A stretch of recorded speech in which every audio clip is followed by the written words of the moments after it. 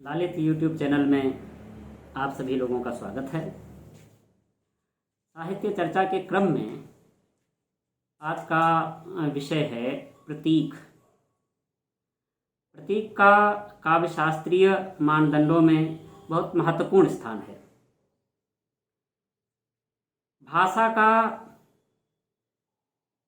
भाषा के सौंदर्य का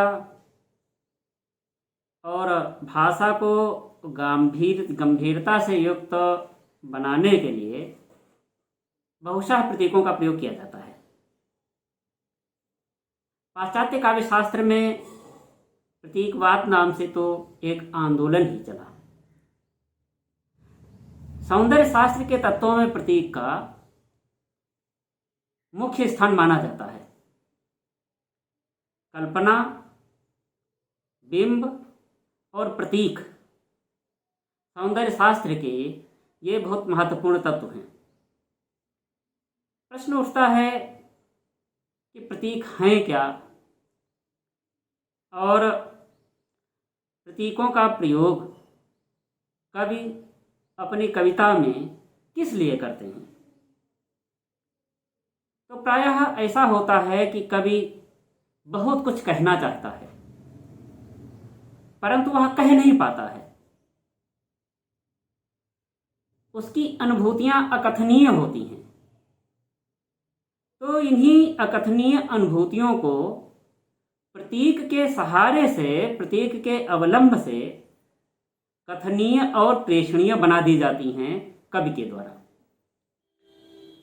इस प्रतीक के संबंध में विचार करने वाले बहुत से विद्वान हैं। एस.टी. कॉलरिज कहते हैं कि प्रतीक व्यष्टि में विशेष अथवा विशेष में सामान्य अथवा सामान्य में किसी विश्वव्यापी सत्ता का आभास देता है और सबसे ऊपर नश्वर में अनश्वर की ज्योति प्रतिभासित करता है। सौंदर्य शास्त्र के तत्व एक पुस्तक लिखी है डॉक्टर कुमार विमल ने, जिसमें उन्होंने प्रतीक पर विवेचना की है, चिंतन किया है,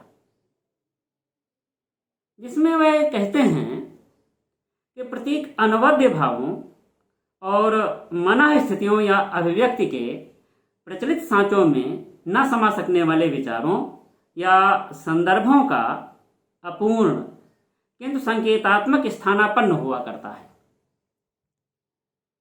साथ ही इसमें मानव मन के अनेक संकुल अथवा संश्लिष्ट संवेग, भावों या अनुभूतियों को निदिध्यासन के धरातल पर अभिव्यक्त करने की अपूर्व शक्ति होती है।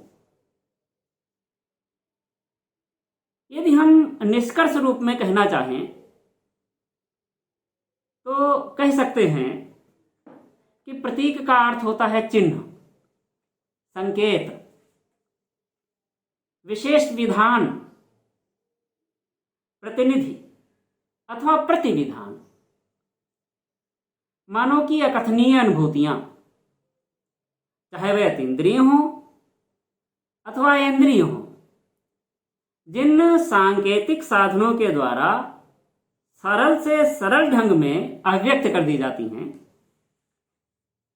उन्हें प्रतीक कहते हैं। पाश्चात्य काव्यशास्त्र में प्रतीकवाद का स्थान एक विशिष्ट आंदोलन के रूप में जाना जाता है। फ्रांस में प्रतीकवादी विचारधारा का अभ्युदय सन 1886 में हुआ। फायगारो में प्रकाशित एक घोषणा के द्वारा किया होता है। इसी समय प्रतीकवाद का विकास एक संगठित आंदोलन के रूप में होने लगा था। फ्रांस के पश्चात इसका सर्वाधिक प्रभाव इंग्लैंड में पड़ा। फ्रांस तथा अन्य देशों के प्रतीकवादियों में जिन कवियों और साहित्यकारों के नाम विशेष रूप से लिए जाते हैं, उनमें मलारमे है, एडलर, एलन पो, बौदलेयर, कार्नर, रोडेनबाख, लाफ्राड, मैटरलिंक आदि। इसके अलावा अन्य प्रभावित यूरोपीय साहित्यकार हैं, जिसमें हम नाम ले सकते हैं टी.एस. इलियट का, जेम्स जॉयस का, W.B. ईट्स का, यूजोन ओनील का। जहाँ तक भारतीय काव्य या हिंदी साहित्य की बात है,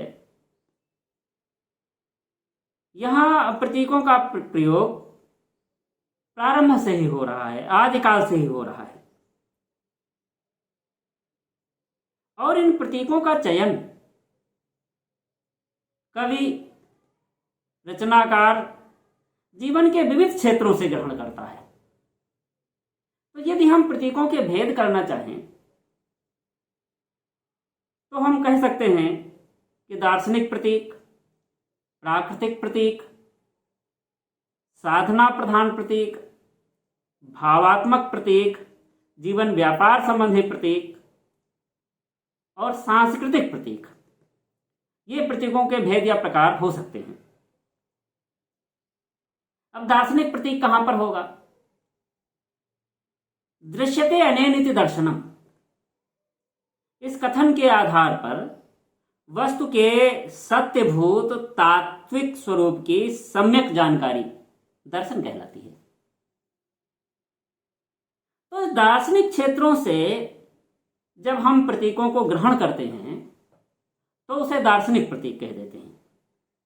जैसे कबीर का एक बहुत प्रसिद्ध पद है, तलफे बिन बालम मोर जिया, दिन नहीं चैन रात नहीं निंदिया, तलफ तलफ के भोर किया।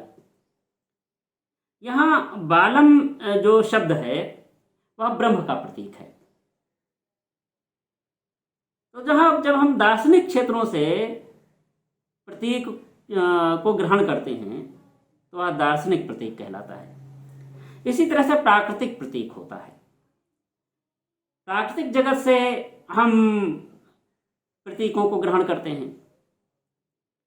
प्राकृतिक प्रतीकों में प्रकृति के पदार्थ किसी भावना या विचार का प्रतिनिधित्व करते हुए चित्रित किए जाते हैं। जैसे प्रसाद जी की एक बहुत महत्वपूर्ण कृति है आंसू। आंसू में वह लिखते हैं, पतझड़ था झाड़ खड़े थे, सूखी सी फुलवारी में, किसले नो कुसुम बिछाकर आए तुम इस क्यारी में। यहाँ पतझड़ शब्द विपन्न परिस्थिति का प्रतीक है। झाड़ शब्द दुष्टों का प्रतीक है। फुलवारी शब्द जीवन या परिवार का प्रतीक है। किसले नव कुसुम मधुरता या आनंद का प्रतीक है। और जो क्यारी शब्द आया है, आए तुम इस क्यारी में, तो क्यारी इस हृदय का प्रतीक है। तो प्राकृतिक पदार्थ हैं और उन प्राकृतिक पदार्थों के माध्यम से कवि ने इंगित किया है किसी दूसरी वस्तु की ओर, इसलिए यहाँ पर प्राकृतिक प्रतीक हैं। इसी तरह साधना प्रतीक होते हैं, साधना प्रधान प्रतीक होते हैं। साधना का अर्थ होता है देवता आदि को सिद्ध करने के लिए उसकी उपासना। काव्य पर योग का भी पर्याप्त प्रभाव है। यह हम सिद्ध साहित्य और आदिकाल, भक्तिकाल, विशेषतः निर्गुण काव्य और आगे चल करके छायावाद के कवियों में देख चुके हैं। तो काव्य पर योग का यह प्रभाव है। और योग के 4 प्रकार माने जाते हैं, मंत्र योग, हठ योग, लय योग और राजयोग। साधना या योग के क्षेत्र से जो प्रतीक ग्रहण किए जाते हैं उन्हीं को हम साधना प्रधान प्रतीक कहते हैं। जैसे निराला जी की एक कविता है, चक्र के सूक्ष्म छिद्र के पार, वेदना तुझे मीन शर्मार, और चित्त के जल में चित्र निहार, कर्म का कर्म कर्मे धार, मिलेगी कृष्णा सिद्ध महान, खोजता कहाँ उसे नादान। अब ये जो पंक्तियां हमने कही हैं इनमें चक्र शब्द है, सूक्ष्म छिद्र शब्द है, मीनियम कृष्णा शब्द है। ये अलग अलग प्रतीक हैं। चक्र शब्द प्राण शक्ति के केंद्र का प्रतीक है, ब्रह्मरंध्र का प्रतीक है। इसी तरह से जो मीन शब्द आया है और कृष्णा शब्द आया है, ये परम सत्ता और ब्रह्म रूप में सिद्ध का प्रतीक है। ये जो प्रतीक कवि ने लिए हैं वो साधना के क्षेत्र से लिए हैं। इसी तरह से कवि मनुष्य के भाव जगत से प्रतीकों को ग्रहण कर लेता है। तो भावना जगत से आनीत और भावना से समीरित करने वाले जो प्रतीक होते हैं उन्हें भावात्मक प्रतीक कहते हैं। जैसे निराला का ही एक गीत है, वे लिखते हैं, मैं अकेला देखता हूँ आ रही मेरे दिवस की सांध्य बेला। फिर आगे लिखते हैं, पके आधे बाल मेरे हुए निष्प्रभ गाल मेरे, चाल मेरी मंद होती आ रही हट रहा मेला। ये जो कविता मैंने कही है निराला जी की, इसमें दिवस, सांध्य बेला और मेला शब्द आए हैं। दिवस जीवन का प्रतीक है, सांध्य बेला मृत्यु का प्रतीक है, और जो जीवन है वह सांसारिक उपकरण और संबंधित जनों के प्रतीक हैं। तो इन प्रतीकों से कवि ने अपने हृदय में स्थित निराशा का जो भाव है उसको अभिव्यंजित करने का प्रयास किया है। इसी तरह से जीवन व्यापार संबंधी प्रतीक हैं। हमारा जो जीवन व्यापार है, नित्य प्रति का जो दैनंदिन जीवन है, इसमें जो हम क्रियाएं करते हैं, काम करते रहते हैं, इनसे जब कोई कवि किसी शब्द का चयन करता है और उस शब्द के माध्यम से किसी विशेष अर्थ की अभिव्यंजना करता है, तो ऐसे चयनित प्रतीकों को हम जीवन व्यापार संबंधी प्रतीक कहते हैं। जैसे कबीर का एक पद है और बहुत प्रसिद्ध पद है, कई बार तो नेट जैसी परीक्षाओं में इसे पूछा भी जाता है। जतन बिनु मिरगनी खेत उजारे, और टारे टरत नहीं निसी बासुरी, बिडरत नाही बिडारे, अपने अपने रस के लोभी करतब न्यारे न्यारे, अति अभिमान बदत नहीं काहू बहुत लोग पतिहारे, बुद्धि मेरी किरसो गुरु मेरो, बिझुका अखर दुई रखवारे, और कहे कबीर अब चरण न दई हो बेरिया भली समारे। अब ये जो पद है कबीर का, इसमें मृगन शब्द आया है, यानी मृग, ये इंद्रियों और वासनाओं का प्रतीक है। जो खेत शब्द आया है, जतन बिनु मृगन खेत उजारे, तो खेत साधना का और ज्ञान के रस विषय के प्रतीक हैं। इन पंक्तियों में मृगों द्वारा खेती चल जाने का व्यापार प्रतीक रूप में प्रस्तुत किया गया है कि जिस तरह से मृग पूरी खेती चर करके नष्ट कर जाते हैं, उसी तरह से हमारी जो इंद्रियां हैं वह हमारे मन की साधना को चर जाते हैं, नष्ट कर जाते हैं। इसलिए इंद्रियों पर नियंत्रण अवश्यंभावी है, जरूरी है। इसी तरह से सांस्कृतिक प्रतीक होते हैं। जब हम सांस्कृतिक जगत से प्रतीकों को ग्रहण करते हैं तब उसे सांस्कृतिक प्रतीक कहते हैं। भगीरथ मिश्र ने इन प्रतीकों को 3 प्रकार के बताए हैं। संस्कार संबंधी प्रतीक कहे हैं, पौराणिक प्रतीक कहे हैं और आध्यात्मिक प्रतीक कहे हैं। संस्कार संबंधी प्रतीक वहां पर होते हैं जब कविता में हम जन्म, बधाई, उपनयन, विवाह, उत्सवाद से संबंधित प्रतीकों को ग्रहण करते हैं। जैसे कबीर का एक पद है, दुल्हनी गाँव मंगल चार, हम घर आए हो राजा राम भरतार, तन रति करी मैं मन रति कर हूँ, पाँच हो तत्व बराती, राम देव मोरे पाहुने आए, मैं जोबन मैं माती, शरीर सरोवर वेदी करी हूँ, ब्रह्मा वेद उचार, राम देव संग भावर ली हूँ, धन्य धन्य भाग हमारे। इसमें दुल्हन शब्द आत्मा का प्रतीक है और भरतार परमात्मा का प्रतीक है, और जो भावर या विवाह है वह भक्ति भाव की तन्मयता का प्रतीक है। तो ये प्रतीक हमारे संस्कारों से, वैवाहिक संस्कार से हमने इन प्रतीकों को देखा कि कबीरदास जी ने ग्रहण किया है, तो इन्हें हम संस्कार संबंधी प्रतीक कहेंगे। इसी तरह से पौराणिक प्रतीक हैं और आध्यात्मिक प्रतीक होते हैं। जब हम आध्यात्मिक जगत से प्रतीकों को ग्रहण करते हैं तो वहाँ पर आध्यात्मिक प्रतीक होते हैं। जैसे निराला जी की एक प्रसिद्ध कविता है, मैं और तुम, उसमें वे लिखते हैं, तुम तुंग हिमालय सिंह और मैं चंचल गति सुर सरिता, तुम विमल हृदय उच्छ्वास और मैं कांत कामिनी कविता। यहाँ तुम शब्द परमात्मा का प्रतीक है और मैं आत्मा का द्योतक है, आत्मा का प्रतीक है। तो आध्यात्मिक क्षेत्र से गृहीत है, इसलिए इसे आध्यात्मिक प्रतीक की संज्ञा दी जाती है।